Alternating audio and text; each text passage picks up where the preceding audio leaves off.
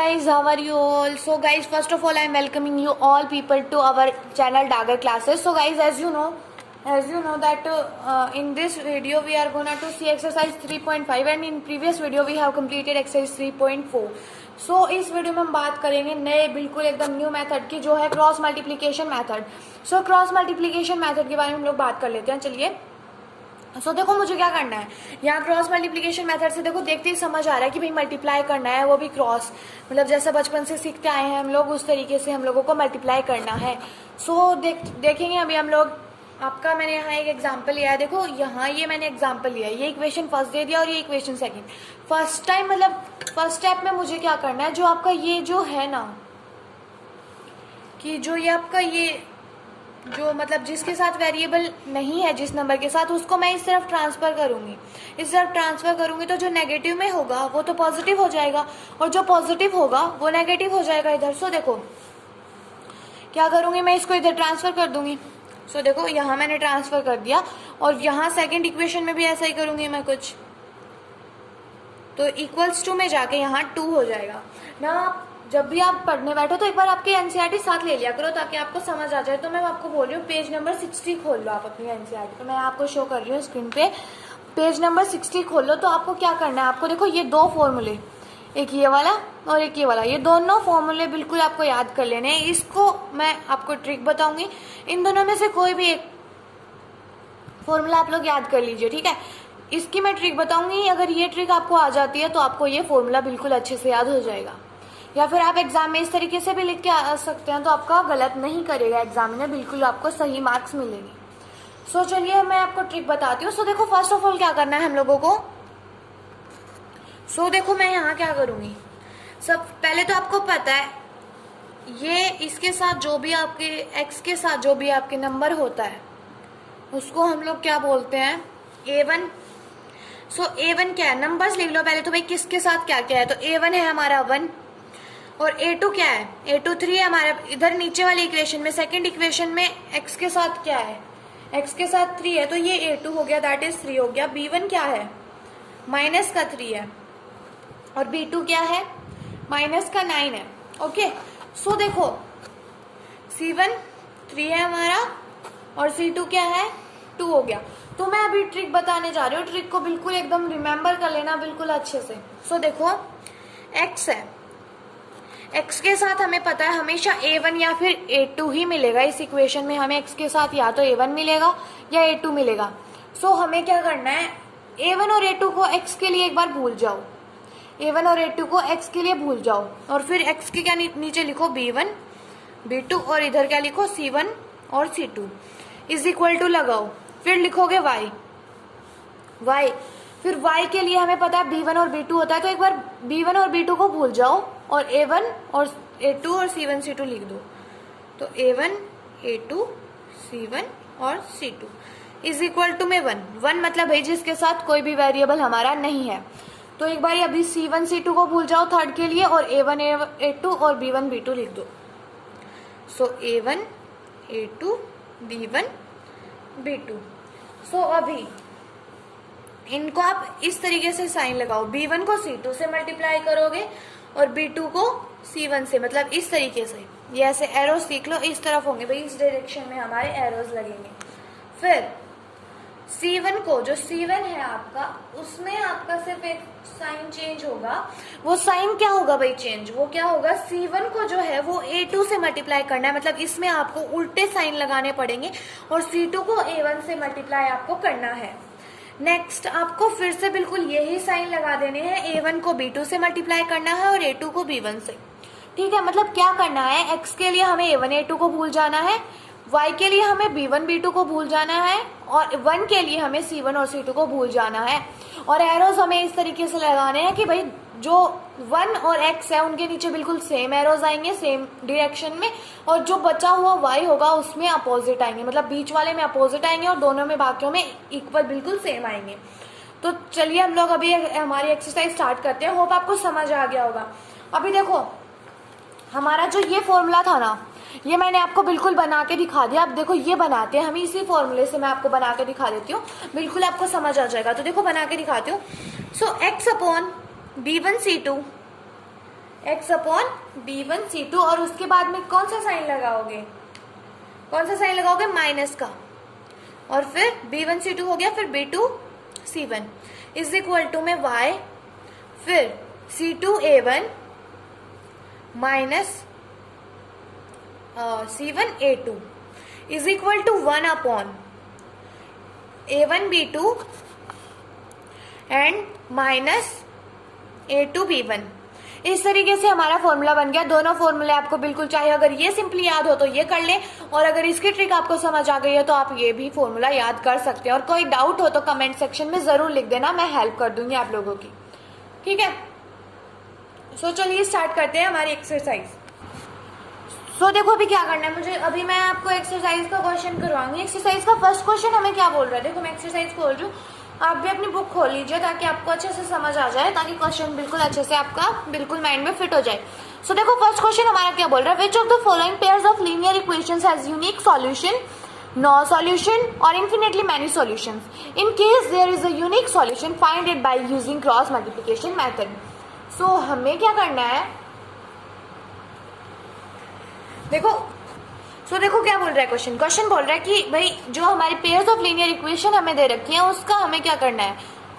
सो देखो क्वेश्चन क्या बोल रहा है, क्वेश्चन बोल रहा है हमें कि भाई वे जो भी हमारी लीनियर इक्वेशंस हमें दे रखी हैं, पेयर्स जो लीनियर इक्वेशंस की दे रखी हैं, उनका हमें बताना है कि भाई यूनिक सॉल्यूशन है, नो सॉल्यूशन है या फिर इन्फिनिटली मैनी सॉल्यूशंस हैं। और अगर किसी बाय चांस केस में यूनिक सॉल्यूशन हमें मिल रहा है तो उसे हमें क्रॉस मल्टीप्लिकेशन मेथड से फाइंड करना है। इसमें हमारे 4 पार्ट्स हैं, हम लोग चारों पार्ट्स को कवर करेंगे। सो चलिए देखते हैं, ठीक है।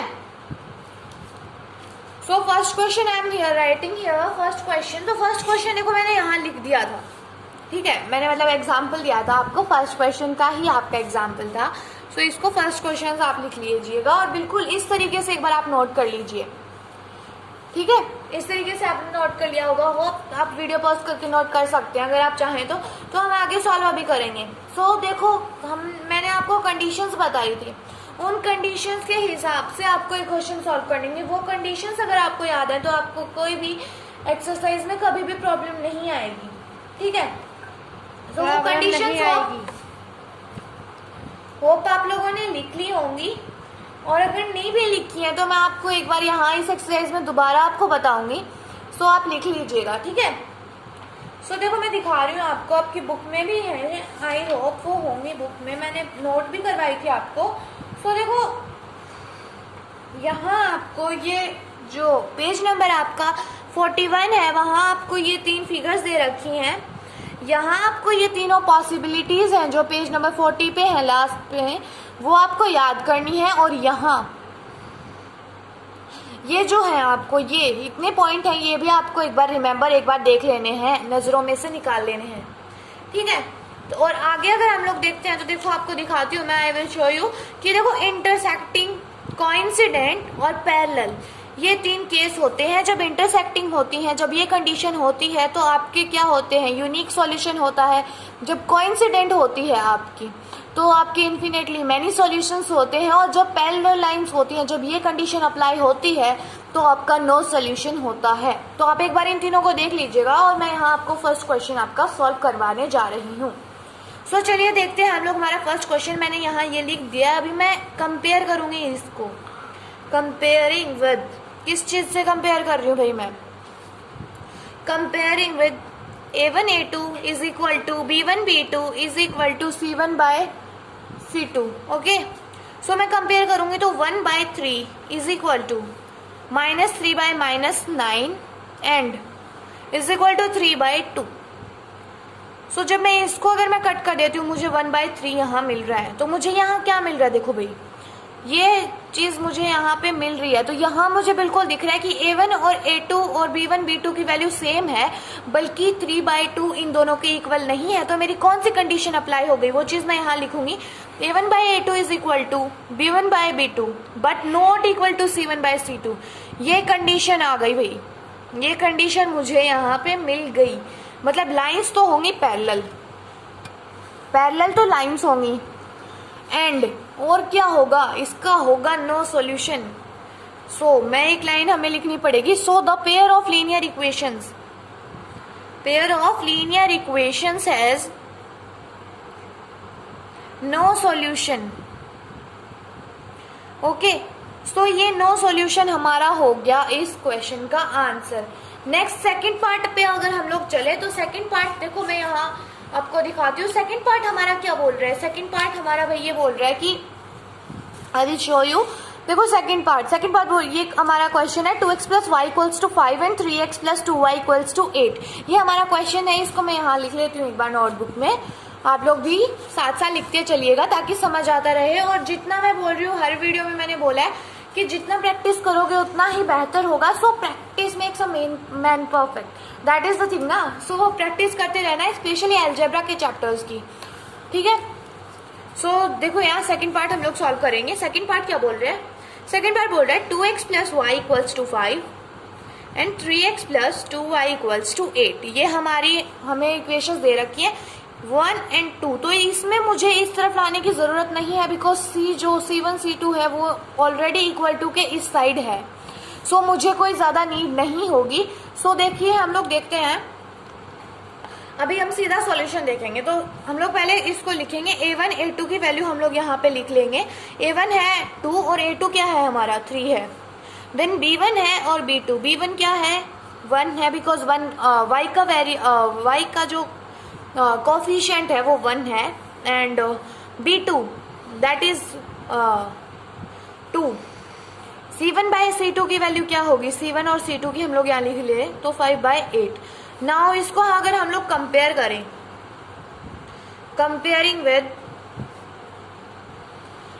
A1 by A2 is equal to B1 by B2 equals to C1 by C2.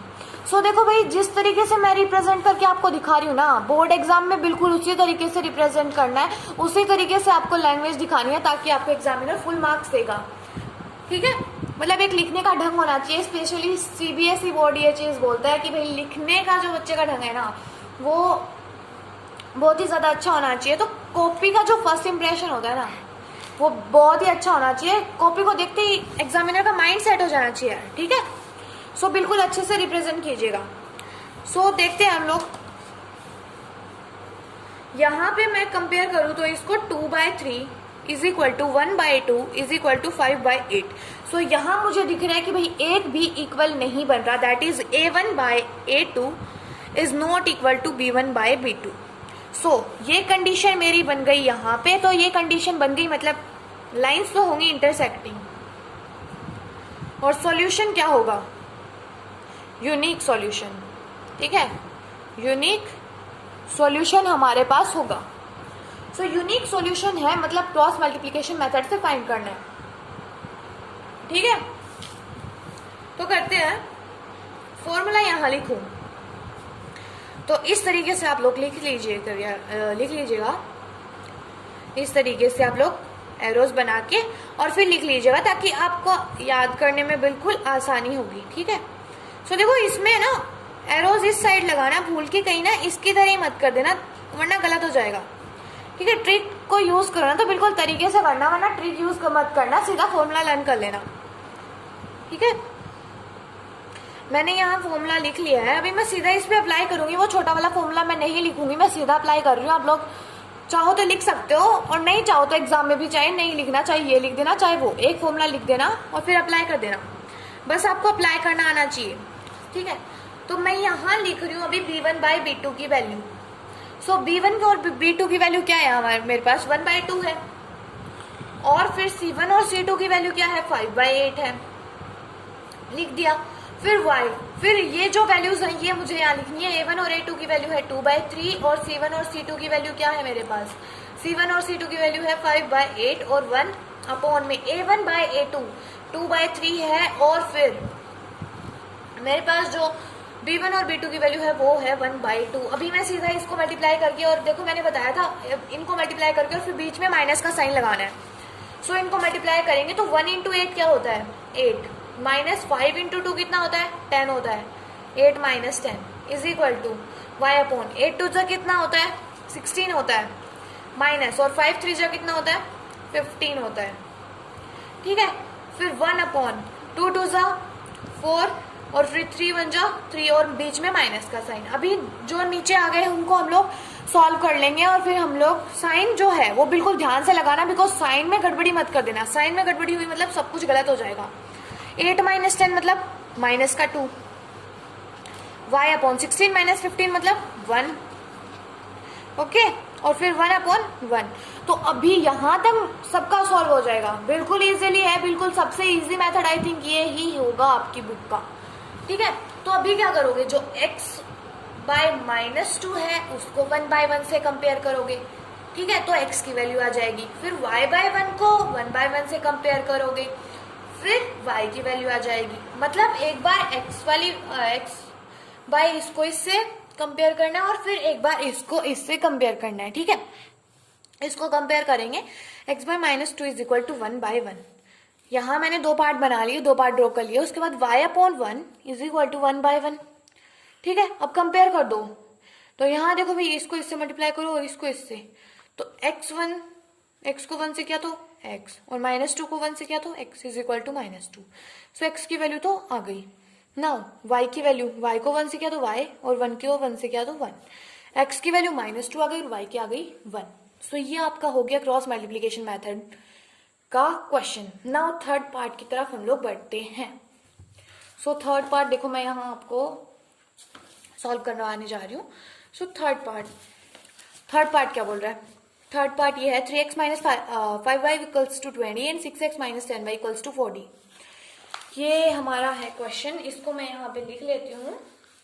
3x minus 5y equals to 20, 6x minus 10y equals to 40। Now a1 by a2 is equal to 3 by 6। एक बार sorry ये upon मत लगाना है यहाँ पे।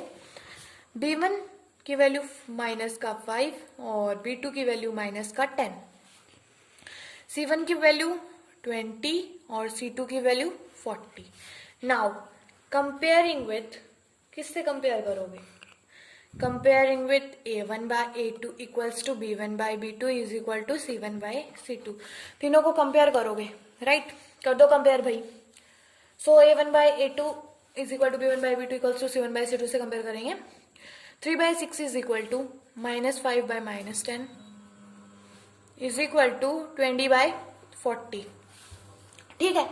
अभी देखो भाई, काट सकते हो तो काट लो, मतलब वैल्यू कट रही होती है ना तो उसको काट दिया करो, सोचा मत करा करो, बिल्कुल काट दिया करो, ताकि आपका ये अगर कंडीशन बन रही है ना तो आ जाए। वरना इतना बड़ा सॉल्व करोगे फिर जाके लास्ट में पता चलेगा कि भाई इसका यूनिक सॉल्यूशन है, या फिर तो यही कट रहा हो ना तो काट दिया करो, ठीक है। तो काट दो यहाँ पे।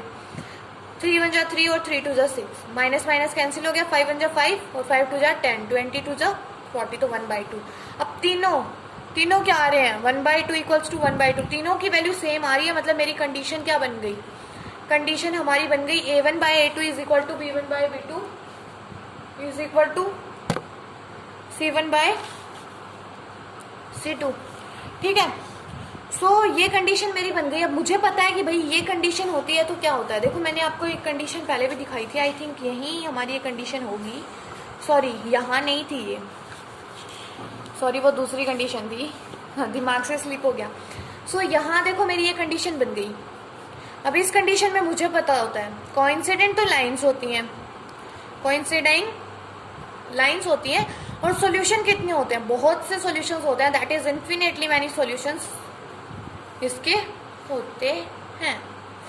सो ये चीज हमारी, ये क्वेश्चन भी हमारा कंप्लीट हो गया। इसको यहाँ तक करेंगे बिकॉज हम लोग इतने सारे सॉल्यूशन सुबह निकाल नहीं सकते। यूनिक सॉल्यूशन था तो ये हमें निकालना, तो वो हमने एक का निकाल दिया, ठीक है। Now moving to last part, और लास्ट पार्ट हमारा क्या बोल रहा है? लास्ट है x minus 3y minus 7 equals to 0 and then 3x minus 3y minus 15। 3x minus 3y minus 15 is equal to 0। So देखो मैंने बताया था जब ये जो c की वैल्यू है इसको हमें इस तरफ लेके जाना होता है, इस तरफ, ठीक है। तो मैं लेके जाऊंगी इस वैल्यू को उस तरफ। सो देखो करते हैं, x minus 3y is equal to में ये इधर जाके पॉजिटिव का हो जाएगा, नाम दे दिया equation first, and 3x minus 3y, और जब ये इधर गया तो ये हो गया पॉजिटिव का, इसको मैंने नाम दे दिया इक्वेशन सेकंड। अभी मैं वैल्यूज लिखूंगी a1/a2 और a1 a2 की और b1 इन सब की, ठीक है।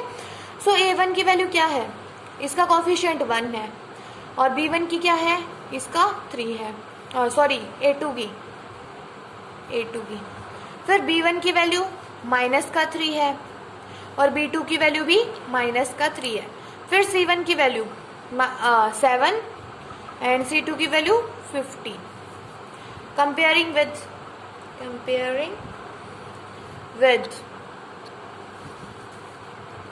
a1/a2 is equal to b1/b2 is equal to c1/c2, ठीक है। इससे हम लोगों को कंपेयर करना है, तो इससे हम लोग जब कंपेयर करेंगे तो हमें क्या मिलेगा, इससे जब अगर हम लोग कंपेयर करेंगे तो देखो हमें क्या मिलता है, 1/3 इज इक्वल टू -3/-3 एंड 7/15। ये चीज़ हम लोगों को मिल रही है। तो देखो यहाँ ये कट गया, 1/1 आ गया। फिर भी हमारा देखो कंडीशन हम लोग अप्लाई करेंगे, a1/a2 is equal to b1/b2 is equal to c1/c2।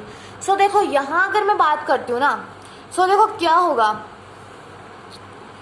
हमारा कि देखो ये जो 1/3 है ये ना इसके इक्वल है, तो यहाँ मेरी कंडीशन यहीं अप्लाई होगी ना, a1 a2 b1 b2 के इक्वल नहीं है, तो दैट इज हमारा इंटरसेक्टिंग द लाइन्स होंगी, ठीक है। इंटरसेक्टिंग द लाइन्स होंगी और सॉल्यूशन कैसा होगा, यूनिक हमारा सॉल्यूशन होगा। तो हमें अभी निकालना पड़ेगा इसको किस मेथड से, क्रॉस मल्टीप्लिकेशन मेथड से। So using cross multiplication method हम लोग इसको निकालेंगे। तो देखो मैं नेक्स्ट पेज पे कर रही हूँ, यहाँ इतनी ज़्यादा जगह नहीं बची है, ओनली इतना सही है। तो मैं नेक्स्ट पे यहाँ पे अप्लाई कर रही हूँ, बार बार फॉर्मूलाज लिखे ताकि बिल्कुल लर्न हो जाएगा। तो मैं यहाँ फॉर्मूला आपका लिख रही हूँ। सो जब मैं फॉर्मूला लिख रही हूँ तो आप लोग भी इसको दोबारा लिख लीजिएगा। सो देखो x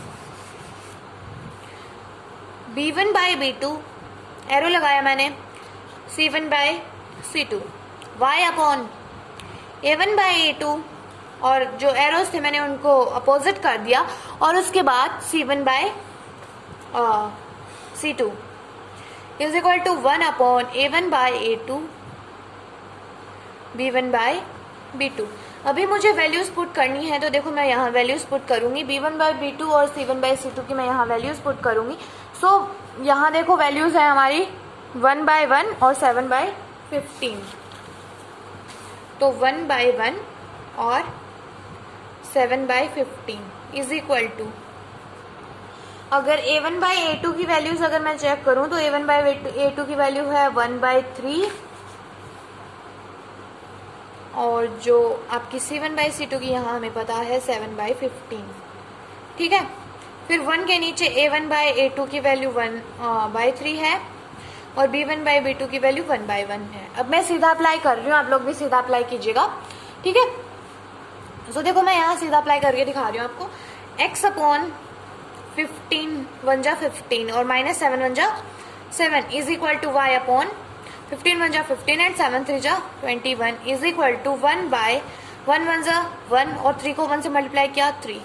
अब देखो साइंस के हिसाब से हम लोग कर लेंगे, तो जब 15 में से जब हम लोग 7 माइनस करते हैं तो हमें मिलता है 8 पॉजिटिव का मिलेगा, ठीक है।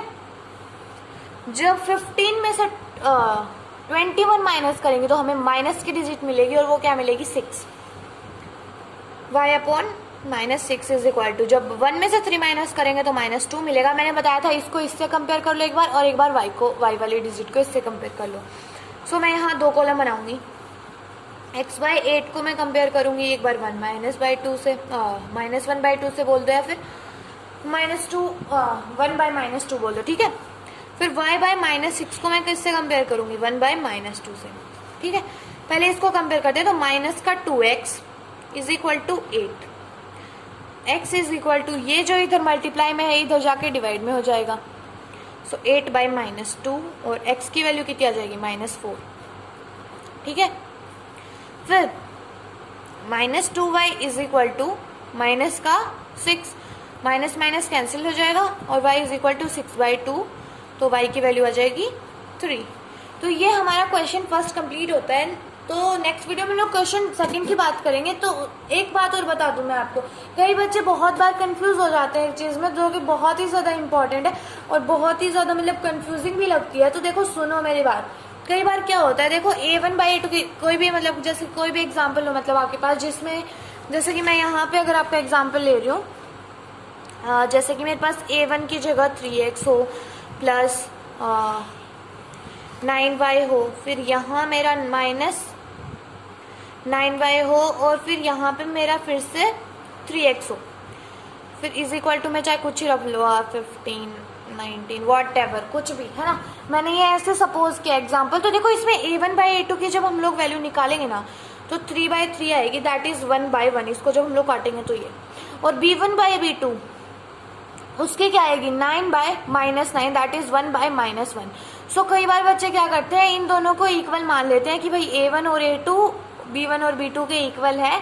सो हमें इसका सॉल्यूशन हमारा जो भी होगा C1/C2 के हिसाब से हमारा बता देते हैं कि या तो यूनिक है, सॉरी या तो कोइंसिडिंग लाइंस है, दैट इज या तो इन्फिनेटली मैनी सॉल्यूशंस है या फिर नो सॉल्यूशन है। तो ऐसा नहीं होता, जब भी ऐसा केस हो कि 1/1 इज इक्वल टू -1/1 हो, तो आपको क्या करना है, आपको ये सोचना कि भाई माइनस है यहाँ तो इक्वल कैसे होगा, ये प्लस और माइनस की कभी बराबरी हो सकती है, मतलब कभी इक्वल नहीं रख सकते हम लोग उनको कि भाई इक्वल हम नहीं मानेंगे, ठीक है। सो ये बात ध्यान रखना बहुत ही इंपॉर्टेंट है। सो नेक्स्ट वीडियो में क्वेश्चन 2 से हम लोग आगे के पार्ट्स करेंगे। So best of luck till that, and यहीं पे वीडियो हम लोग एंड कर रहे हैं आज का। सो अगर आप चैनल पर नए हो तो चैनल को सब्सक्राइब कर देना और वीडियो को जल्दी से लाइक भी कर देना और अपने फ्रेंड्स में भी शेयर कर देना। Thanks for watching guys.